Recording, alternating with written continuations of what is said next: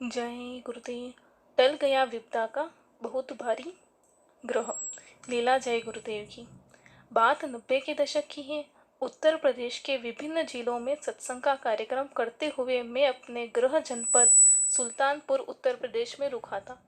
जिले की संगत ने लम्भुआ वर्तमान की तहसील में एक सत्संग कार्यक्रम रखा था। कार्यक्रम प्रातः काल 11 बजे से था। दूरी घर से लगभग 11 से 12 किलोमीटर थी। विचार आया कि समय से पहले चले जाएंगे तो पहुंच जाएंगे।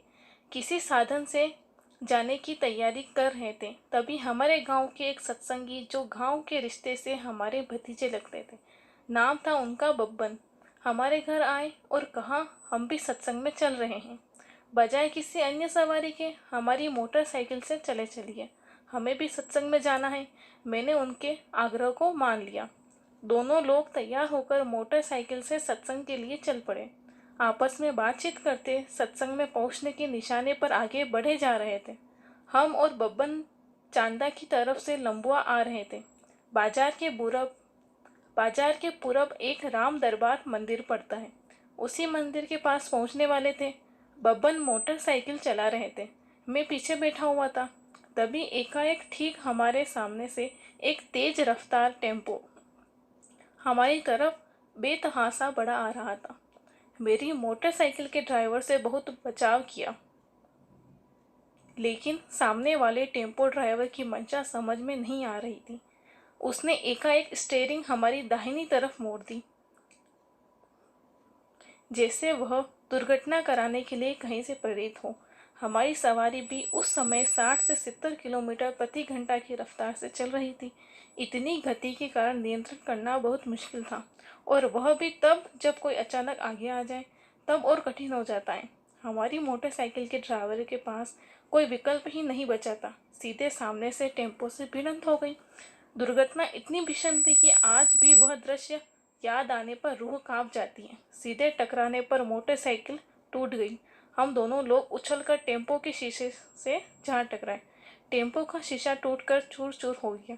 भिड़ंत होते ही आसपास के लोग इकट्ठे हो गए। हम दोनों को उठाया। टेम्पो ड्राइवर को बहुत कुछ डांटा डपटा और धुनाई भी कर दी।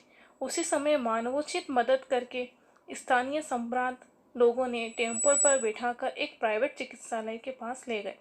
बब्बन के हाथ में चोट लगी थी, अंगुलियां छिल गई। हमको आंख के ऊपर फट गया था।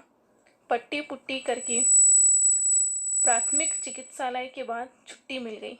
ठीक 11 बजे से पट्टी बांधकर जब सत्संग का संबोधन शुरू हुआ, तो नगर के लोग टूट पड़े कि जो व्यक्ति अभी मोटरसाइकिल टेम्पो से लड़ गया था वही मंच पर बोल रहा है। कौतूहलवश देखने वालों का तांता लग गया था। मुंह से ऊपर से खून की धार धीरे धीरे बहती रही। सत्संग की चर्चा होती रही। पट्टी बांधने के बाद भी खून का बहना नहीं रुक रहा था। मुझे याद है, बार बार गमछे से पोंछने पर गमछा खून की धार से लाल हो गया। गुरु महाराज की कृपा से सत्संग पूरा हो गया। सत्संग के बाद जब गुरु महाराज से टेलीफोन से संपर्क करके घटना और गुरु कृपा की बात बताई, तो आधी बात ही कह पाया था तो मालिक के शब्द निकल पड़े, चलो बच तो गए। वचन कानों में पड़ते ही नैनों से आंसुओं की धार बह चली। आंसू ऐसे बह रहे थे जैसे कोई सागर उमड़ आया हो।